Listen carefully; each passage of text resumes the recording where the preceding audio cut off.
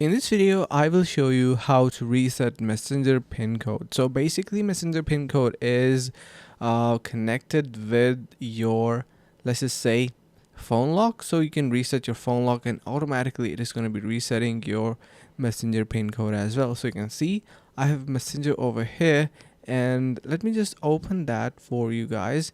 So in Messenger, basically you have your chats and everything, and let's just say you want to change the pin for it. So all you can do is simply head over to your settings.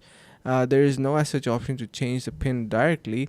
You can see over here, so we have everything showing up in here. We have app lock, so make sure to turn that on and change. It is basically, this app lock is by working using your phone face ID and everything as well. So in order to change the pin code, you need to change the pin code for your iPhone. So this is the only way for now. And yeah, I hope this helps. So thank you so much for watching.